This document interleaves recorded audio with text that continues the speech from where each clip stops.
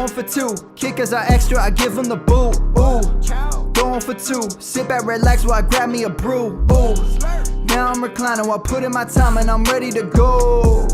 My spine is aligning and much my lineups, my bank account grow. I am so rich, but knowledge is all that I'm leaving it with. Ooh, listen to this, multiple options, how far can I get? Ooh, DFS Dynasty redraft tonight, I'm not finishing last. I'm finishing past any and all, I am looking to last. What else? This spot is popping and I am so locked in and only opening the door when it is opportunity knocking. And all of these spots keep on talking and talking. So what are we talking? What kind of alignment? And running it deep, even players forgotten or came from the bottom or hitting that top end. And this spot is popping, yeah, this spot is popping. And woo! This is the armchair, yeah. Put up your arms, yeah. Sound the alarm, yeah, yeah, yeah. Woo! What is going on, guys, and welcome to episode 326 of the Armchair Fantasy Show. I am your host, of course, Geoff Lambert, and you can follow me on Twitter at JeoffLambert77. We're coming at you live every Wednesday night on Facebook Live, Twitter, YouTube, and Twitch, syndicated in all major podcast networks. If you're watching us on Twitter currently, we cannot see your comments in the chat, so go find us on YouTube. That is youtube.com/@GoingForTwoLive. Make sure to hit that like and subscribe button while you are there. Normally at this point, I would introduce my co-host, Ryan. Unfortunately, he was unable to make it tonight. One of the few times over the years that he's missed. She thinks he's missed fewer shows than I have over the years. But we have a great fill-in guest tonight. You might know him from the Dynasty Saturday Night 5 right here on Going for Two Live, Mr. Brian Ford, also host of the Dynasty Fever podcast as well. You can follow him on Twitter at FFJunkie_. What's up, Brian? Hey, what's happening? Glad to be on. Thanks for having me. And too bad Ryan can't be here. You know, there's a message in the chat there. Maybe he didn't pay the internet bill. I don't know. Maybe the wildfires and the orange sky and all that is messing with his connection. Yeah, absolutely. He did complain about coughing and all that stuff. So maybe he's having some. I know we have some air quality issues here in DC because of it. They actually canceled my daughter's field day today because we had a code red air conditioning. So, yeah, maybe he's got that problem in Pittsburgh there. All right. Also joining us tonight for the first time, he is one of our new writers over at goingfor2.com. His name is Rahul, and you can follow him at nrahul11. What's up, Rahul? How's it going, Geoff? How's it going, Brian? Great to be here. Thank you for having me on. Yeah, very new to Going for Two, but I've been loving every moment of writing for you guys, being on a few shows, and getting to know everyone in this community. I've really enjoyed it. Good stuff. So real quick, we talked a little bit before the show here, and I kind of know a little bit about your story, but give my listeners a real quick rundown of what you do in the fantasy space and how long you've been doing it. That's the interesting part. Yeah, we were just talking about this, and I think that was I was hoping that was my hook, in the application to write for Going for Two. But I've only been playing fantasy since 2021. Even more than that, I've only been watching football at all since 2021. But it's just the kind of thing that I'm sure everyone, you two, you both, and everyone listening knows. It's an addiction, right? And just the intersection of sport and numbers is something that I've always loved. Been playing fantasy since 21. Exponential growth, I would say, literally, because I came last in my first ever league in 21, and then shared the pot in that league in 2022 because of course, what happened with Damar and Hamlin. We couldn't call a winner, but exponential growth, I would say. So been writing for you guys, did a few scout reports. I had an article about Ken Walker that came out that was a little more data heavy. And that's the kind of space that I'm hoping to move into. Of course, check out my writing on Going for Two. And I just tossed my portfolio page up on my Twitter as well. I should get that on my Going for Two bio as well, but you can follow that and has a lot of the data projects I've been working with. I've been trying to share a few more visualizations and stuff. Excited to keep making content with you guys. Good stuff. And I was talking to you before the show, and my listeners are like, why should I listen to this guy? He's only been playing for a couple years. You can't tell, that's for sure. He's gone on Brian's show on Saturday. He went on the Gambit on Thursday. And reading your articles, you would never know that you've only been playing for a couple years. So kudos to you for that. So, and Brian, since you're guest host here as well, let me give you a chance to sort of plug what you do here in the fantasy space as well. Thanks. Yeah, I appreciate that. Obviously, going for two.com, I have rankings and articles. As you said, Dynasty Saturday Night 5 podcast live here on this YouTube channel, and audio only podcast called Dynasty Fever. You can follow that on Twitter at Dynasty Fever Pod. I do that with Jesse Schneeman. He's of the Dynasty Warzone family, and we have a good time there. And I caught on with RPO Football as well. Going to be doing some content for them. I did a couple videos, including one that I'm sure Rahul loved about why you should be selling Travis Etienne and Kenneth Walker, and a little short on Tank Bigsby, related, of course. I've been on leave from work this year, so I just kind of been, expanding a little bit and working a little bit more on content and enjoying myself. Yeah. All right, good stuff, fellas. Let's pay some bills real quick. Today's show, as always, brought to you by Underdog Fantasy. Check out their industry-leading best ball leagues with tournaments, private leagues, and pick them for every major sport. Use our promo code GF2 and get a deposit match up to $100. Or you can scan that little fancy promo code right there, that little QR code in the corner. If you're watching us on a screen where you can use your phone to scan it, it'll take you right to Underdog. Sign up. If you haven't played best ball before, it's great. I got hooked last year when Underdog first kind of came out, and I've been playing a ton ever since. But yeah, you get that deposit match. You put in $50, they'll match 50. You put in 100, they'll match 100. It's a great promo, so definitely get in there. Again, that promo code is GF2. So we got a great show tonight, guys. We're going to do some news and notes. We had kind of been skipping news and notes for a while because there wasn't a ton of things to talk about, mostly coach speak. But we actually have some real news over the last couple of weeks. So we'll do news and notes. We'll play a live Weddle game, which we've done this couple of episodes now. It's kind of a fun thing to do in the middle there, break things up a little bit. And then at the end of the show, we'll do our mock draft of players under the age of 25. But of course, as always, we start off with our nonsense draft. Attention, everyone. Let's mock draft. All right. Today we are drafting the best/worst end of world scenarios. And I did best/worst because you can kind of take that both ways. I mean, end of the world's not ever going to be good, but I guess if you had to pick one, would it be your best one, the way you'd want to go out, or could it be the worst one and the worst way to go out? And I'll give you the 101 here, Rahul. So go ahead and kick us off here. With the 101 in the best/worst end of the world draft, I'll be taking the heat death of the universe. I mean, what can you really do about that? I guess that's the worst way to go out because we're just out at that point. But that is the 101. That's the so-called CMC of this draft. CMC of this draft. I like it. All right. Wait, the what of the universe? The heat death. Let's say the sun explodes. That's what it makes me imagine, I guess. Oh, okay. All right. I do some research on that too. If there's a sun flare that I forget if it goes to a certain point and gets close enough to us, it can basically burn us all out. We would just basically, not a good end for sure. Yeah. All right, I got the 102 here, and I'm going to go with the one that's been top of mind recently. It's kind of all over Twitter because this new AI thing that's been all over the place with Chat GPT and all these AI photos, but artificial intelligence taking over the world, Terminator T2 style, Matrix, whatever one you want to use, they take it too far, and the robots take over the world and basically destroy the human race. So that's what I'm going with. That my 102 here. Brian, you got the 103. Yeah, I'm gonna go with whatever the hell Michael Stipe was singing about in the REM song. I like that. Let's get creative. Collectively, whatever that pastiche of stuff was, that it's the end of the world.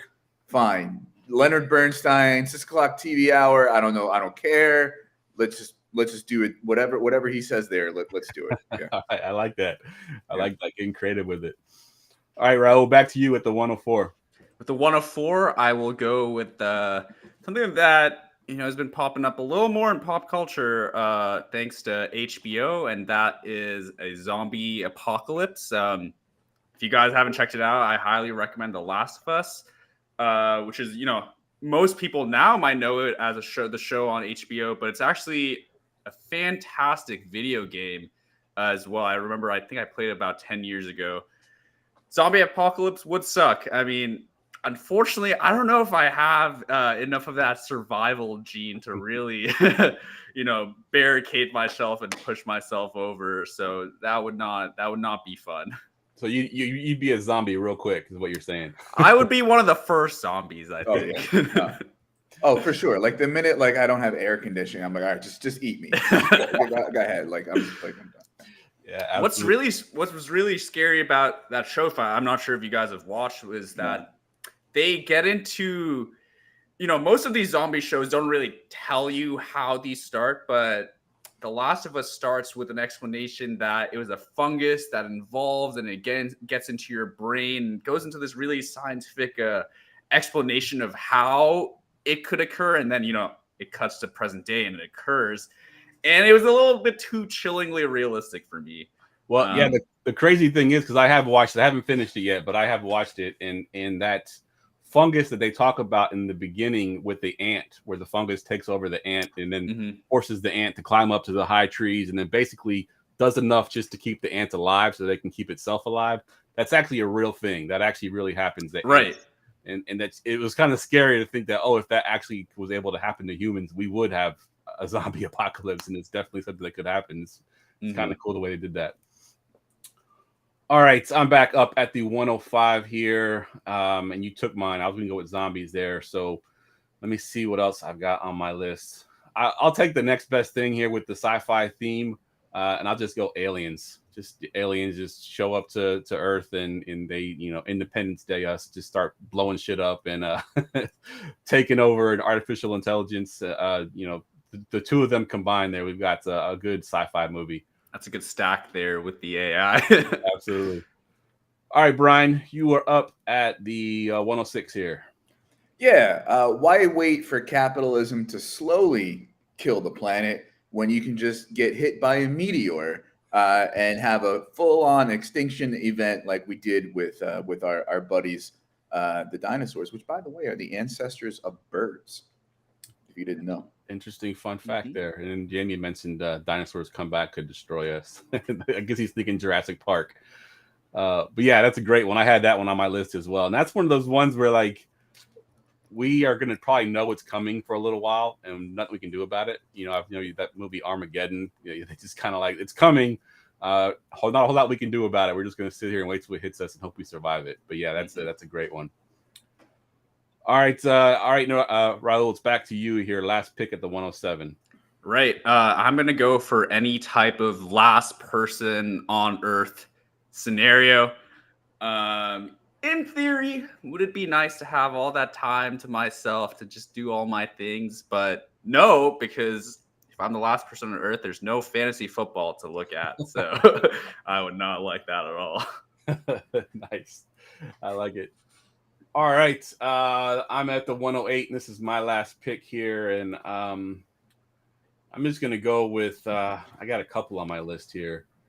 I think my fear of this, I've seen movies, people are at the beach, and you see those gigantic waves from a tsunami, flooding, that would just be, that's not how I would want to go out. If I'm going to pick end of the world scenario, this would be the worst thing for me, is the waves and the flooding, and just, I could swim, but I don't know if I want to swim that much. I think I'll pass on that. So yeah, flooding would be my 108 here. Brian closes out here at the 109. Yeah, I don't know that this is the end of the world so much as the end of humanity's dominion above it, and that is the animals rise up and take the planet back and kill and or enslave us. And I would get a pass because I don't eat them. So yeah. They was like, we'll leave this guy alone.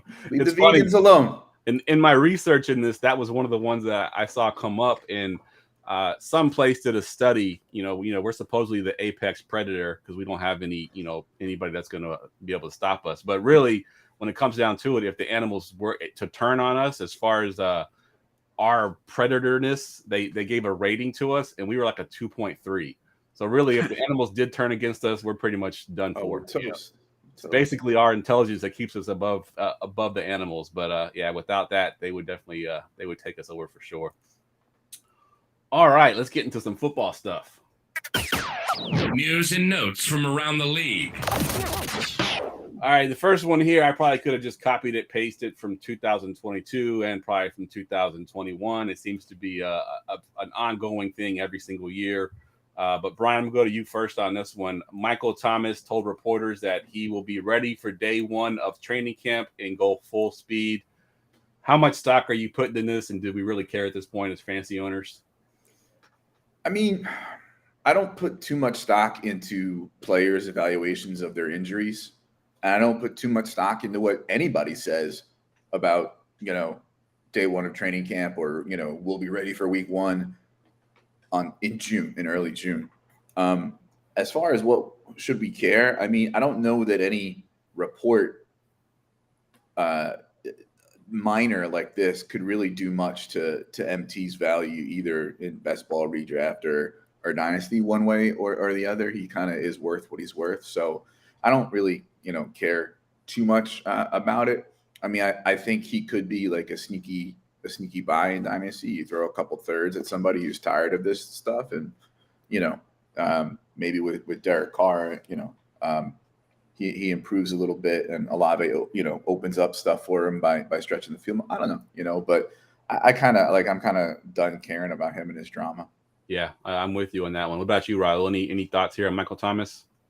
Yeah, I mean, I agree completely with all the injury stuff. It's just hard to take anything from it that will make you feel better about him. But I do agree with Brian that he could be a sneaky buy in dynasty, and you even see where he's going in these underdog drafts in wide receiver, I think mid 40s. We did in the 2.5 games we saw him play last year. I think he was averaging about 14.5, 15 points, and not even on a full snap share at that price. Especially if you're a contender in a dynasty team, I'm sure it could be a worthwhile buy. Yeah, especially if you get it for cheap, like you mentioned, Brian, a couple thirds, which are basically dart throws anyway. If you're going to throw a dart at somebody, throw it at Michael Thomas, who, just recently, 2019, I think was his last big year when he broke records. So if we get even half of that guy for a third round pick, you're loving your chances there. All right, let's move over to Josh Jacobs here, to a running back here, Rahul. And he is still not under contract. They tried to franchise tag him. He has not signed the tag, and he will not participate in mandatory OTAs. If you're a Josh Jacobs owner at this point in the season, how worried are you about the situation here? I wouldn't necessarily be worried yet. I think if Jacobs is on the Raiders, he's going to take that workhorse role that we saw from him last year. If he goes elsewhere, if he goes elsewhere, that means he's going to be getting a better deal than what the Raiders franchise tag is going to pay him. If he's getting a better deal than that, you would assume that the new team that'd be acquiring him also plans to really give him the workload. So I wouldn't be worried yet. There is the worry I guess I would have is, it's kind of mentioned here in the blurb that Jacobs was waiting to see, signs of ambition from the Raiders. And so far, especially what we heard about Jimmy G's foot surgery, thoughts of Aiden O'Connell, I believe his name is, potentially being the starting quarterback. That's a little bit worrying, but I wouldn't be sounding any alarms yet. Fair enough. What about you, Brian? Yeah, these things have a way of sorting themselves out these days, right? Like, I think, who was the last person to really, was it Le'Veon Bell, right? Listen, I don't think he's getting any deal longer than 1 year, but there is some deadline in the summer, right, to either sign the tag guys or not.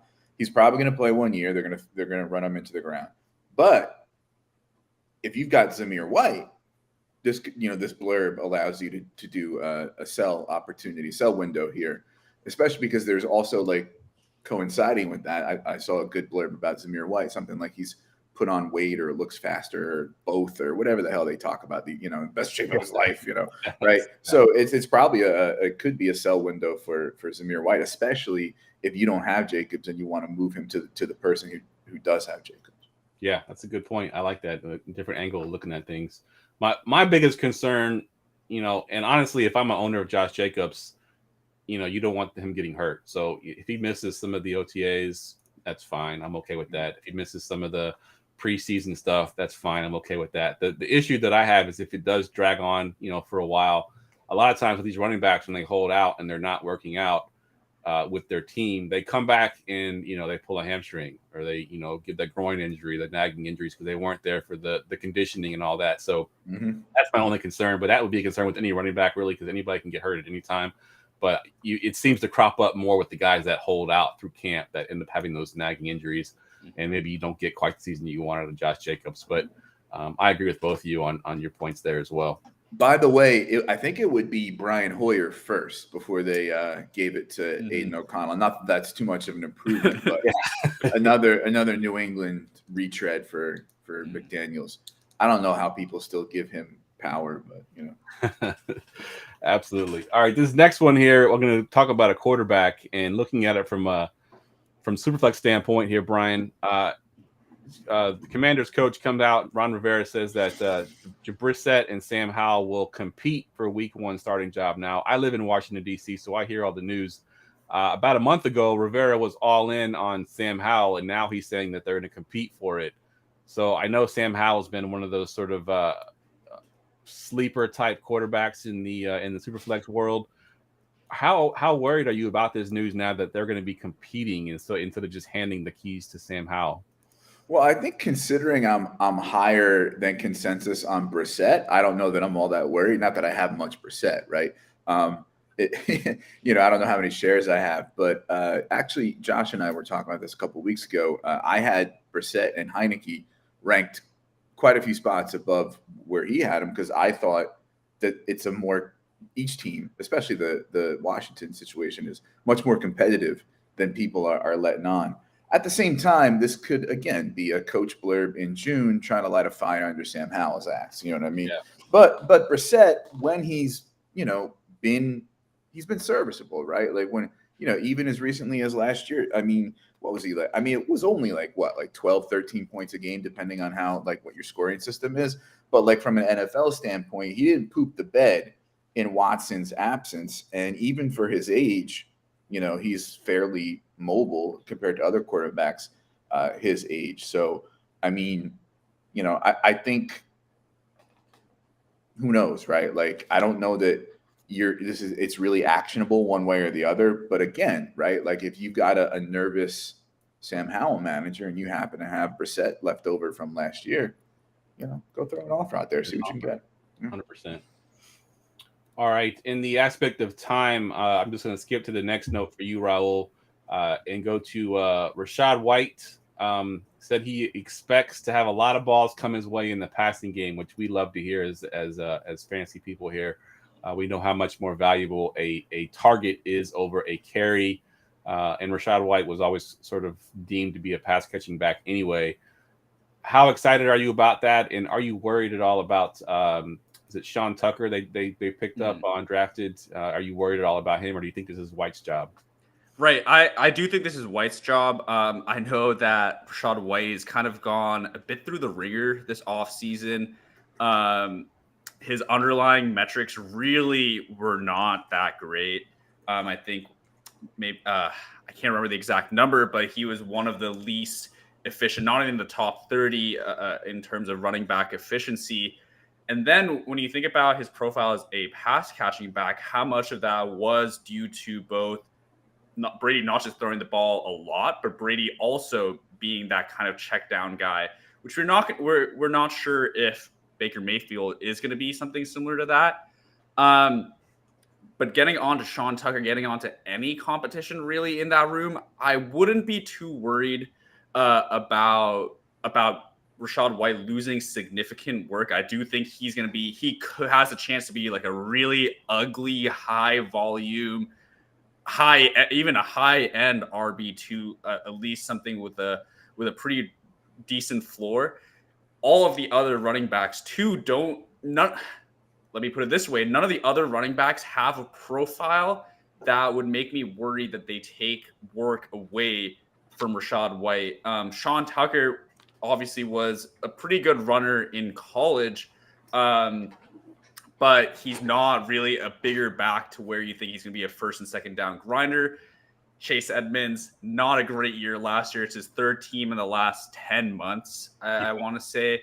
And then it's Keyshawn Vaughn, who hasn't done anything since I started watching football. So I wouldn't really be worried. Is the upside that high? Maybe not, but there is a path to huge volume for Rachaad White. Yeah, good point. What about you, Brian? What are your thoughts on Rachaad White? And I know you're a big, rookie guy too, and your thoughts on Sean Tucker backing him up.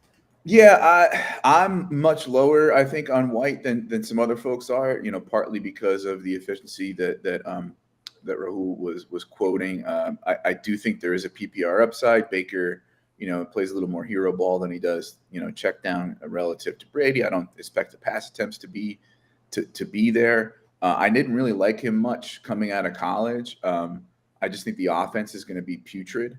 And it's one of those things where it just remains to be seen, like, okay, he's going to get a lot of volume, but how much is the offense going to be on the field? I think Tucker is underrated, I think, as a receiver. Obviously, he's a UDFA and the heart thing, we don't know if it works out, but he did his UDFA contract was much bigger, I think, or has a bigger incentive than the typical UDFA. So I'm not really treating him like, I don't know, some other, UDFA.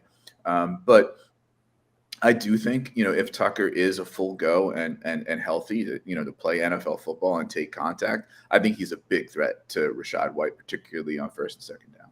Yeah. I like Tucker as well. Same sort of concerns that you have, the health condition, which is very kind of mysterious. If you look it up, they don't really explain exactly what it was or what happened. So a little weird on that. I'm assuming because they were signed to the Bucs that they, did some checking it out, but they, he wasn't drafted. So it was something that other teams were worried about as well. Mm-hmm. As far as Rachaad White, like last year, I was buying Rachaad White everywhere that I could because he was cheap. But now, he's been hyped up a little bit more. His ADP has risen quite a bit. I don't know if I'm ready to buy him at the price that he is currently. I want to see what he can do before I go out and try to pay that price for him. But I do think he does have that passing down ability. And, Baker Mayfield made Kareem Hunt a top 10 running back when he was in Cleveland. So there is that chance that he can be that. This offense is nowhere near as good as that offense was either. But I think Rachaad White has the potential, but I want to see it first. All right, that wraps up the news and notes. Let's do real quick a live read here. Here at Going for Two, we do a 1-hour podcast that is solely to your fantasy football league. We got a panel of analysts, which Brian is one of them that comes on sometimes. We do a complete breakdown of your league. We go team by team. We sort of rank them first to worst. We give in-depth analysis. We give trade ideas. We give ways to improve your team. And really, it helped with the engagement, especially like in the doldrums of June and July, when there's not a whole lot going on. If your league is sort of stagnant and you want to kind of infuse some energy into it, go out and get one of these personal league podcasts. We do them live now. We used to do them audio only, but now we do them live, so you can join us in the chat, talk a little trash to your league mates that are also in the chat, when they find out where their team is ranked. Overall, it's just a great thing. And it's for as little as $8.50 a person in a 12-man league. We do Dynasty redraft. We've done Vampire leagues. We've done Superflex leagues, IDP. I think the last one we did, Brian, was a contract league. Yeah. We've done pretty much any kind of league you can imagine. I think 2 years ago we did a 20-man league with just single copy. It wasn't a 2-copy league. It was a single copy, which was pretty insane. So we do them all. Just go visit goingfor2.com/PLP. You can book your podcast right there in the on the webpage. Again, that's goingfor2.com/PLP. PLP stands for Personal League Podcast. All right, let's play some Weddle. Have y'all played Weddle before? I did a test run because I never heard of it, so I Googled it, so I'm familiar. Yeah. Gotcha. Okay, when did you do the test run? Because they only do one a day. Oh, I didn't know that. So you probably already know the answer to this one then. Yeah, like a few hours ago. I'm sorry. I didn't know that's how it works. Right. My bad. Rahul, it's just me and you then, because I don't want Brian to give it away. Right. Yeah, I did not. I've played it before. Didn't do the test run. I'm a little worried about how useful I'm gonna be here, but let's try this. We can do this. It's on easy mode, so we only have offensive players to choose from here. So give me just any random player in the NFL. We'll just start off with one guy. What you got? Justin Jefferson. Justin Jefferson. All right, that's a good one.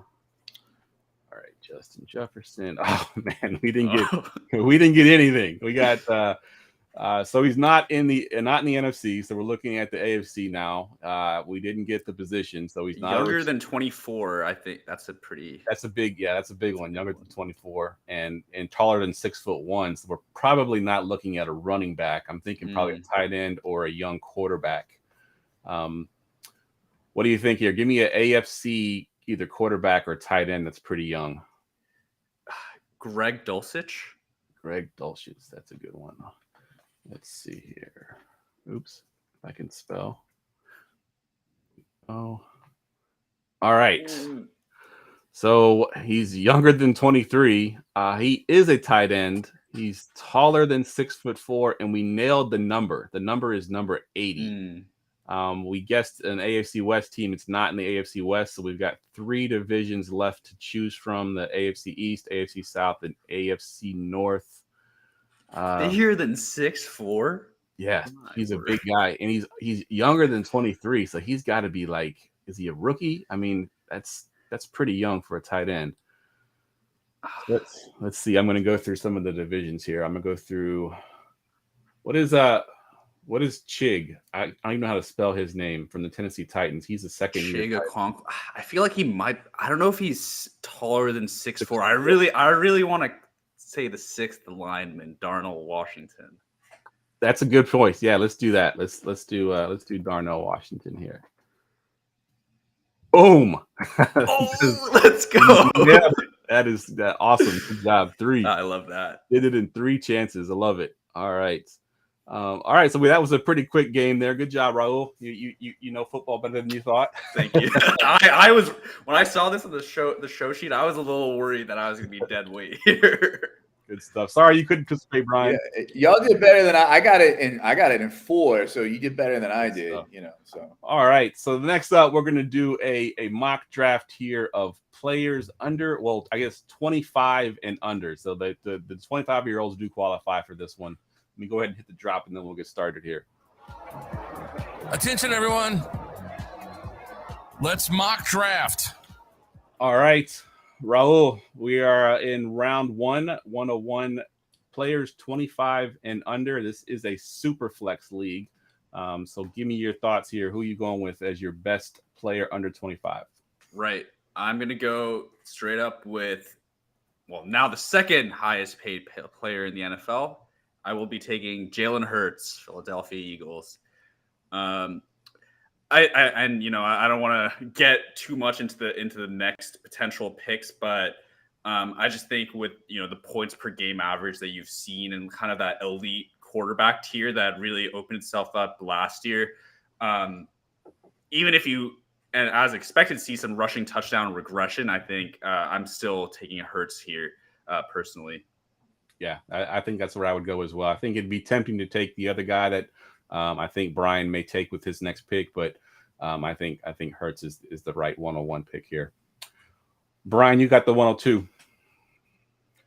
Yeah, so there's two guys on the board that I've kind of had close in my rankings, and the guy that I'm not going to take, I actually had above the guy that I am going to take very briefly.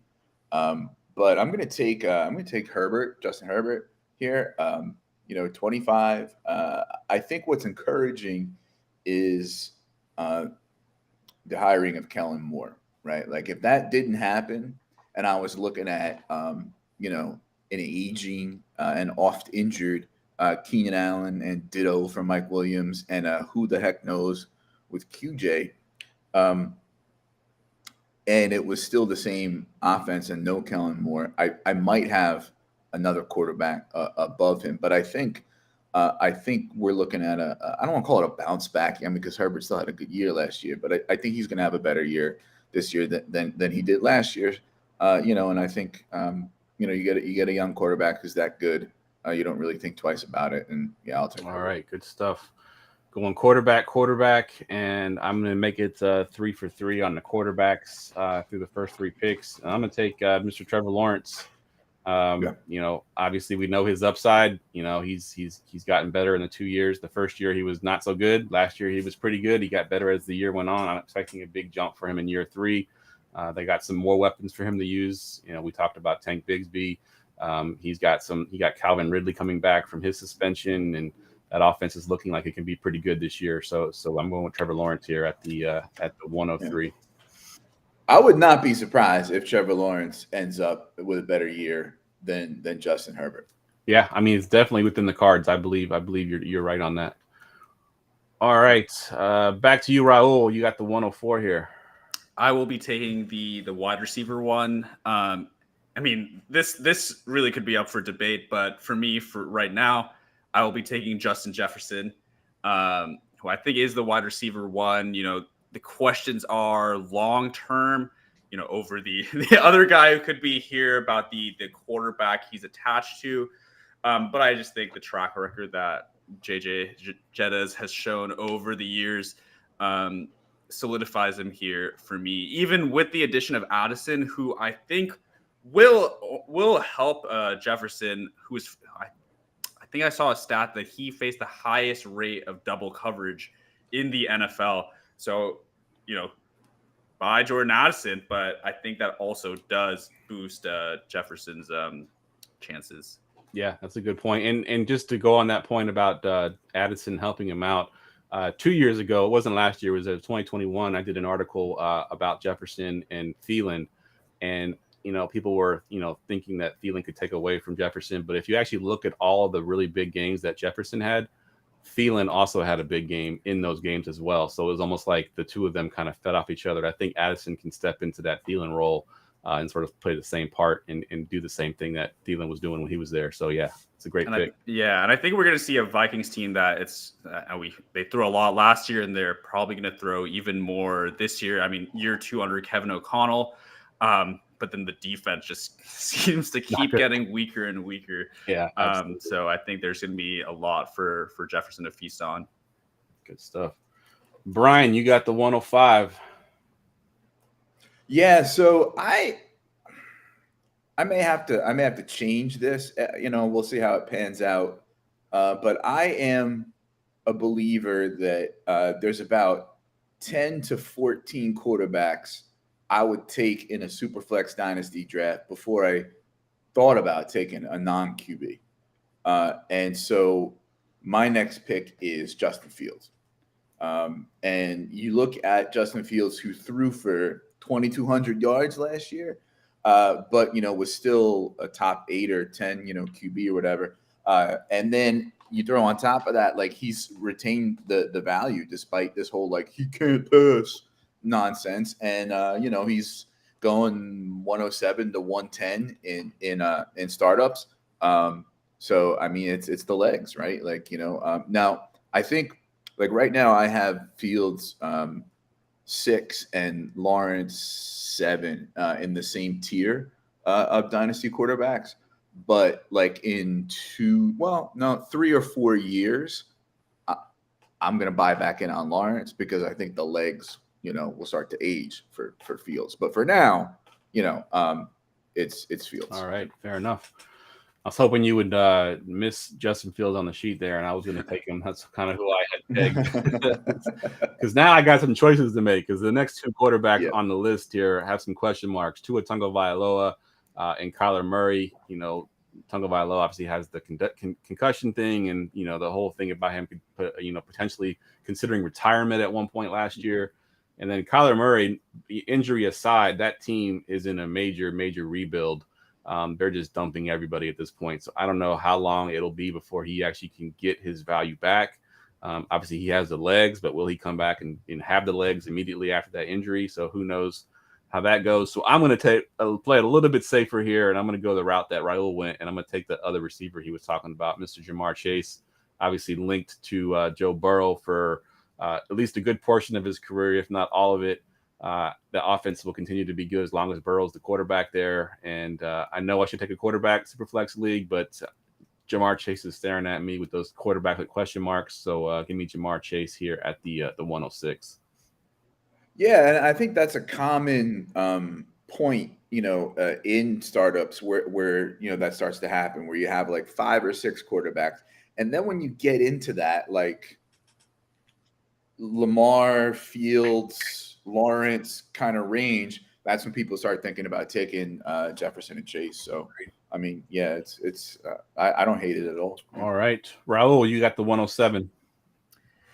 Oh, this is probably gonna go against my philosophy in startup drafts, but here with my third pick, I will be taking the first running back off the board in Bijan Robinson. I think, and Brian and I have talked about this, a lot with Messrs. Kenneth Walker and Travis Etienne, but with the way that both of their values were dashed this, in the draft this offseason, I think having an asset like Bijan Robinson, the 8th overall pick in the NFL draft, on a team with team like the Atlanta Falcons, with a coach like Arthur Smith, who's going to be so committed to the run, this is really as safe as you can get in a very volatile position, but as safe as you can get. So I will be taking Bijan here. Yeah, I like it. I was wondering if you were going to go there. I was wondering when the first runner would come off the board there. That's a good pick there. All right, Brian, you got the 108. Yeah, so I don't know if I should be pretending that I've drafted 2 quarterbacks already, or if I should just be drafting best player on the board or what. But I'm gonna go with best player on the board and be stubborn about my philosophy and take Kyler Murray. He is getting way too cheap in startups, and not so much the trade streets, but definitely in startups these days. Going late second, mid third in startups, you're getting a huge discount because of that injury. And it's something that I've been scooping up a lot of, even if after he comes back late 2023, early 2024, and, his legs are 85-90% of what they were because of the knee, right? Even on a dumpster fire of an offense, right? Hello, Justin Fields, you're going to get the value of a young, huge upside rushing quarterback in a super flex league. You don't, I'm not going to stare a gift horse in the mouth. Give me Colin Murray. All right, good stuff.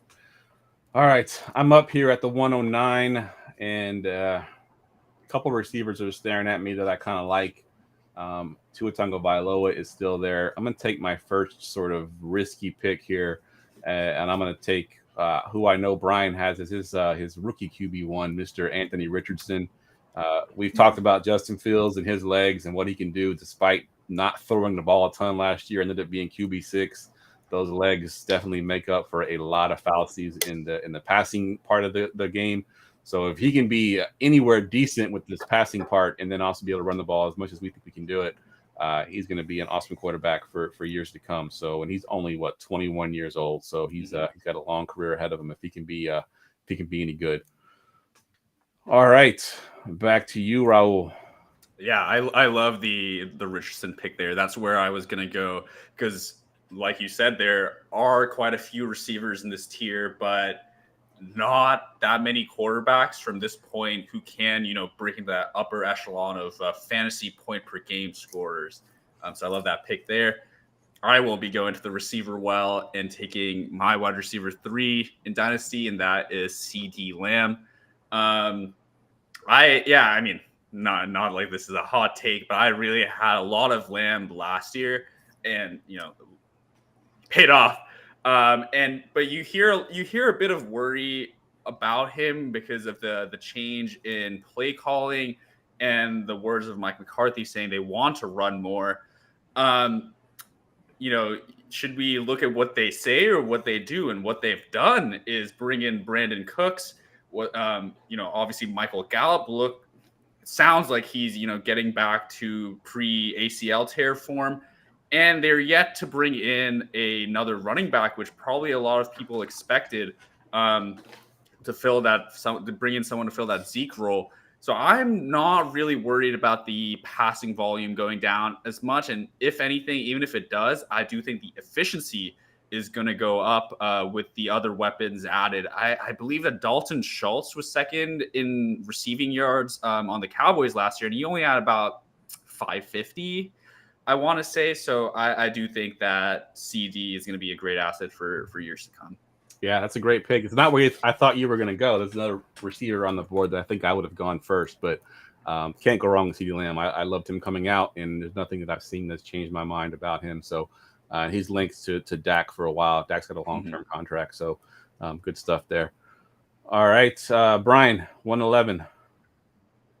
Yeah, I'm going to take this guy. I technically have him one below a guy that I'm going to leave on the board, but it's an opportunity to talk about his cost, and that's Garrett Wilson. We know that, just immense talent, just, route running, separation, quickness, look at what he did with, the three bad quarterbacks, et cetera. I don't know. People are going to whatever, but I don't know how much of a huge upgrade a 39-year-old Aaron Rodgers is at this point, but there's going to be stability there. But at the same time, they're going to be running the ball. They're going to be playing defense, especially early in the year. Rodgers might lean on Lazard and Cobb, et cetera, et cetera.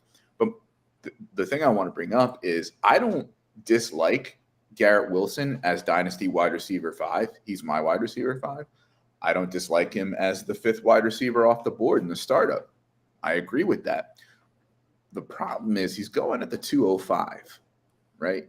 And he's now going ahead of, on average, right? I mean, it depends on the draft. Breece Hall, Jonathan Taylor, Dak Prescott, Kyler Murray, Travis Kelce. Some people's RB, top 5 RB, not mine, Jahmyr Gibbs, Saquon Barkley, Kyle Pitts. I think maybe some people were overreacting to these young wide receivers, and I think it's pushing a few players down, maybe depending on your draft. Yeah, that's a good point, because you're right. I think that's a great point. We just expect him to take that year 2 leap with Aaron Rodgers as a quarterback now, and I expect him to, but yeah, there's a couple guys that I'd probably still want to take above him. They're a little bit safer, I believe. So yeah, good point. Why not take Breece Hall or Jonathan Taylor, or in some drafts you can probably even take Christian McCaffrey and then take Diggs, Tyreek Hill, right? Later on, right? It's because us Dynasty people, we're all ageist. We see right. that age, and then we just immediately give them this bump that doesn't necessarily mean anything. The thing with sorry to cut you off there, but with Garrett Wilson, you see in these underdog drafts that sometimes he goes at the end of round 1, and in redraft for him, and obviously underdog is 3 wide receiver and best ball, so you kind of do want to stack up those receivers. But to see him go, I think he's ahead on ADP of the likes of Saquon, and in some drafts you'll see him go ahead of Eckler, and I think that's a lot of projecting to be doing, for this upcoming year. Agreed. All right, I am going to round out this first round here at the 112, and I'm going to take the guy that for some reason you two both danced around, and I'll just take AJ Brown, who's just sitting there staring at me in the face. He's my receiver 3 in Dynasty right now, behind the 2 guys we drafted earlier. So give me AJ Brown. Obviously, he's been a stud no matter where he's been. He went to Tennessee in a quote unquote run heavy offense and was a stud. He went to Philly in a quote unquote run heavy offense and he was a stud. He's got a really good receiver on the other side of him as well. Devonta Smith takes some double teams away from him as well. So I think him and Jalen Hurts are going to be a good tandem for a long time to come. So give me AJ Brown here. All right, let's see how much time we got. We got time for maybe a round 2, maybe a rapid fire round 2. So Rahul, why don't you kick us off here with the 201 here? Yep. I want to make sure I get one of my next tier running backs. So I will be taking Breece Hall here. Brian kind of touched on him. Earlier when talking about Garrett Wilson's value, but I really like Breece Hall in this offense that obviously Rodgers is going into. It's going to open up the game a lot more from him. And yeah, with the ACL tear, it's a little bit of a worry for this year, but I think he should be a long-term stud in Dynasty. Yep, I like it. All right, Brian, you got the 202. Yeah, you know what? Let me grab. Let's go with JT. Right? I mean, I think he's being. It's hard to say, but I think he's being a little slept on. One bad year, injuries. Really dumpster fire team, et cetera, et cetera. I think he's becoming a value. So yeah, give me JT. All right. Contract year too. So yeah. Good point. All right, I'm up at the 203 here, and there's a couple receivers. I've always been a guy that, in non-superflex leagues, I take receivers early and often. In my home league, I always talk about this on my show, is I took 5 receivers to start my home league draft, and 4 of those 5 guys are still viable receivers in the NFL, this many years later. So I'm going to take another receiver here, young guy. He's 23. Plays in an offense that we all think is going to be really good this year, and then it's kind of building to be good long term. A guy that nobody had being that good. He was a 3rd-round pick in rookie drafts. Mr. Amon-Ra St. Brown. He's just showing that he can do it year in and year out. He's now done it in back-to-back years. We all kind of had that. He only did it for 6 games, and they didn't have Swift, and they didn't have Hawkinson. They were all injured. Well, he did it last year with all those guys mostly healthy. So I still think he's going to be good. And, Jared Goff is finding a way to make him viable, even though we don't really love Goff in fantasy. He's making Amon-Ra St. Brown something in fantasy. So I will take him here at the 103 at 203. Rahul. I like that. Yeah, I completely hear you. Amon-Ra was one of my biggest misses of the last off season. But I'm going to take another wide receiver here. And I will take the Penguin, Jalen Waddle. There is a tier of young stud wide receiver 2s on their own, on their NFL team. Won't mention their names yet because we'll probably be getting into them in this draft. But I think Waddle, as his physical asset of his speed, it just makes him the most enticing player of that aforementioned trio. And Tyreek Hill has this so-called self-imposed retirement deadline of another 3 years. So we can kind of see the light there. So I'll be taking Jalen Waddle here. Yeah, and retirement issues aside, Tyreek Hill is one of those guys that when he falls off, when his speed is a step slower, he's too small to really do anything else. I think he's going to fall off quickly. Not saying he's going to do it anytime soon, but yeah, you mentioned the retirement thing too, that he's going to work out this contract and then be done. I don't believe it, but if you believe it, Jalen Waddle is definitely the play to have there for sure. Mm-hmm. All right, Brian, you got the 205.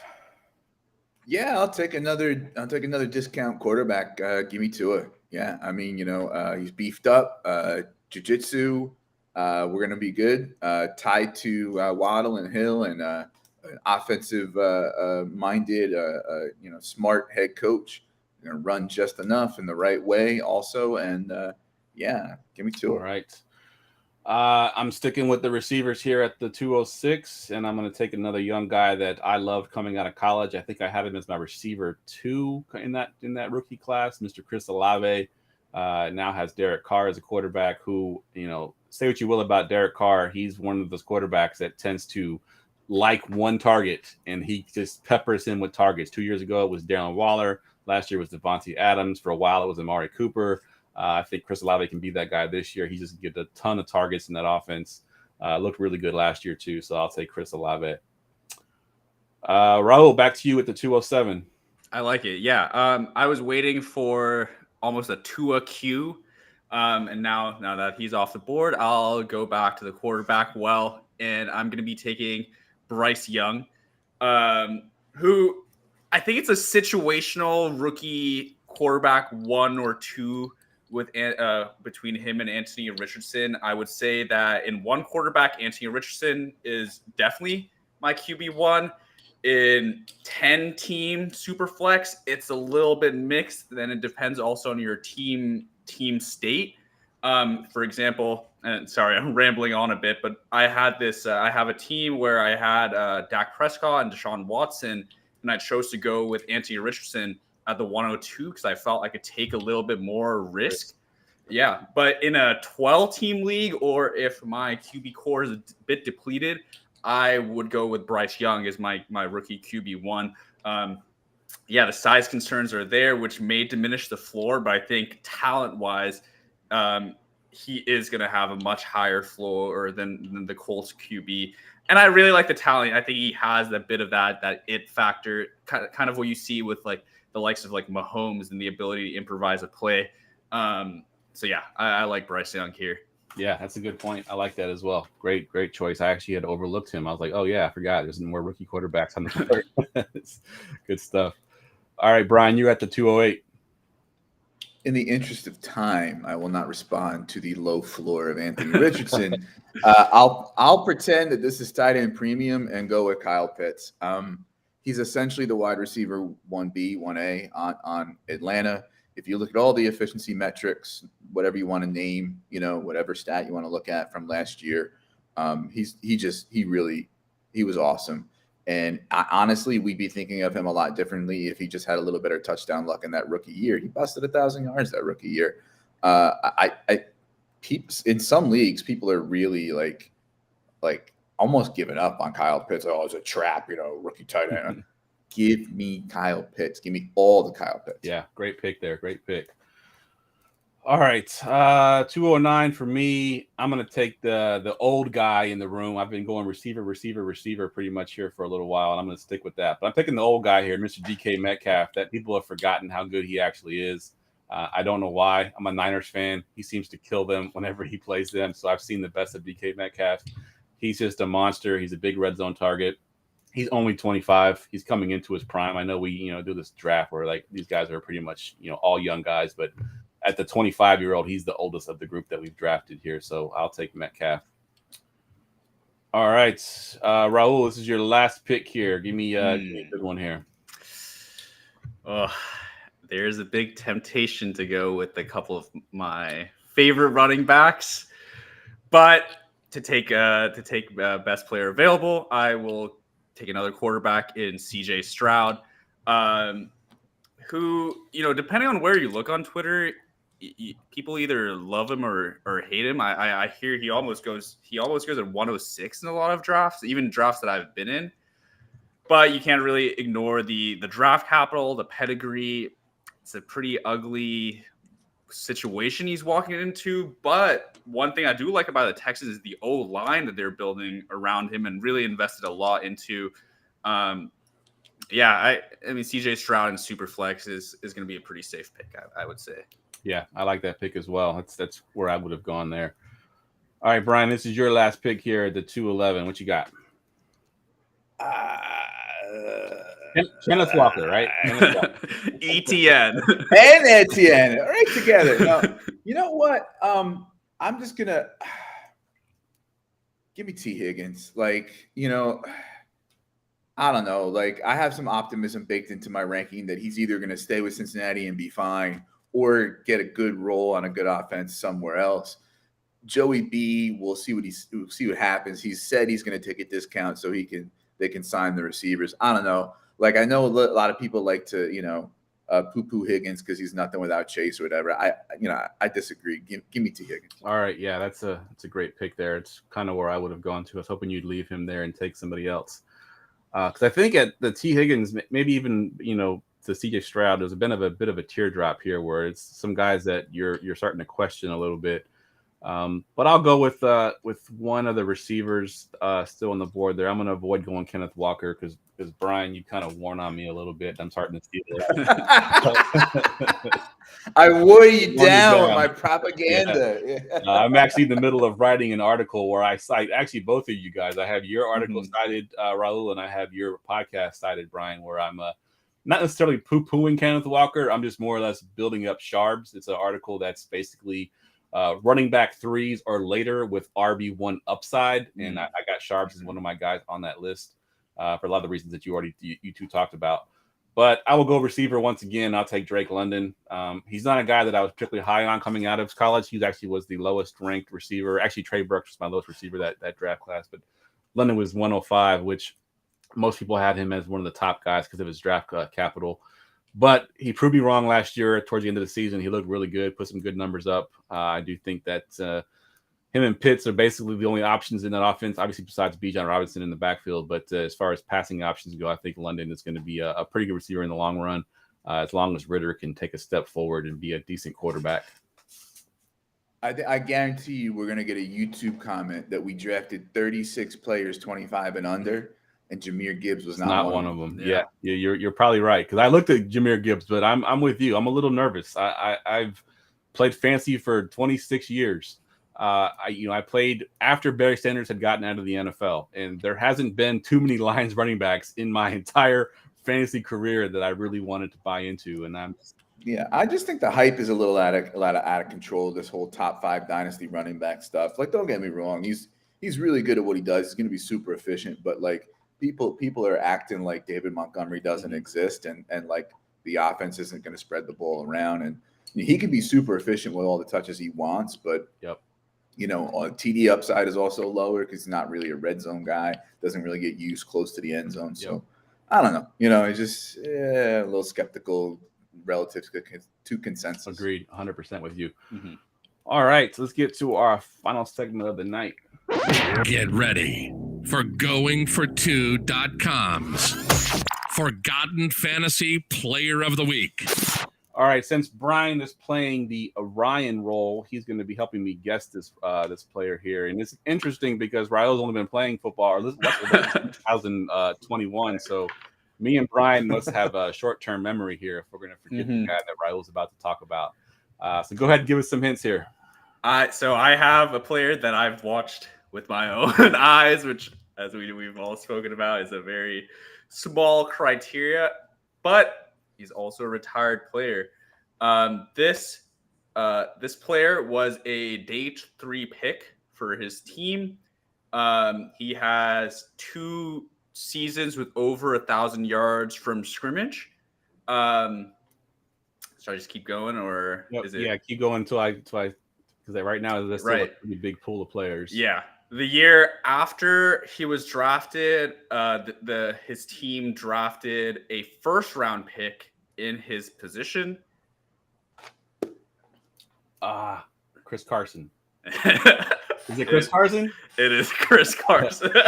Good stuff. Hey, that was a good one though, because it was the first round pick that got me, because me and Ryan have talked about Rashad Penny at length on our show, because Ryan hated Rashad Penny coming in, and obviously he was proven right for the most part. And Chris Carson was the guy that I think it might have been in Brian when we talked about Kenneth Walker and Sharps. I brought up Chris Carson and how Pete Carroll just went back to his old seventh round pick there and left Penny sitting on the bench. But yeah, great. That's a great pull. I like it though. That's still a good one. It's It was a limited pull for me, but I like that one. We've done some. We had John Lobb on, and John Lobb's been playing since like 87, 86. And he had some. I think Mark Duper, I think, was who he pulled out, a Miami receiver from like the early 80s, I believe. Yeah, like he played, like Duper and Clayton played with Marino and stuff. I mean, you and I remember that. So was fantasy even around? It was for John. John's been playing, like I said, since 86. He literally says that they used to do trades, but via phone call. You had to like call up the guy and be like, "Hey, let's make a trade," and do it like that. And I'm like, wow, that's pretty crazy. All right, fellas, that wraps the podcast up. We'll go around the room real quick. Plug your Twitter handle one more time, and if you're working on anything, go ahead and plug that as well. We'll go to you first, Rahul. Right, yeah. First, do want to say thank you, Geoff. Thanks, Brian, for having me on. It was a blast. Thank you, of course, for the opportunity you've given me at going for 2. I really have loved every moment of it. Like I said at the start, I've been trying to switch into more data-driven articles, and right now I'm doing some stuff looking at historical ADP and the average points per game by position, by round, to see if there's any edges we can find. So hopefully get that out. But anyway, you can find me at nrahul11. Have my portfolio page there if you want to follow along with some of the data science I'm doing. But yeah, no, had a great night, guys. Awesome. Good stuff. Brian?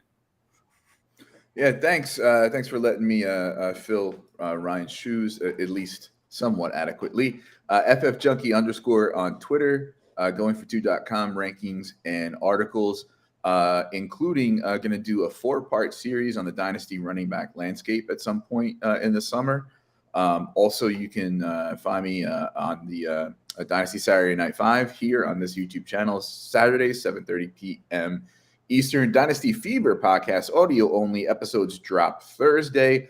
No new episode this week. Next week, we have friend of Going for Two family, Thomas Tipple, on to talk about the 793,000 wide receiver twos in Dynasty. Also doing a little bit of content for rpofootball.com. Right now on their YouTube channel, might do a little writing too. I think that's about it for me. Good stuff. First, I want to thank both of you for coming on. Rahul, you've been the guest on the show. We've known you're coming on for a week. Brian found out about 8 hours ago that he was coming on, so I appreciate you coming on short notice as well.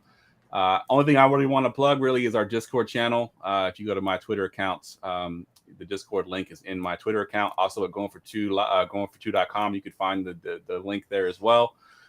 We are all about Scott Fishbowl right now. Everything is Scott Fishbowl. We've been doing mocks. I think I did probably 30 mocks today because he dropped the scoring finally. And I had to update my ADP that I put out. If you haven't seen that yet, we got Scott Fishbowl ADP on the website. So definitely come join the Discord. We got more than just Scott Fishbowl. So if you're not in yet, you can come. We do, we got trades that we talk about all the time. We got all kinds of advice. We got verified analysts that'll answer your questions, including these two guys here as well. Yeah, that's it, guys. Thanks again for coming on. For Brian, for Rahul, I'm Geoff, and we will see y'all next week.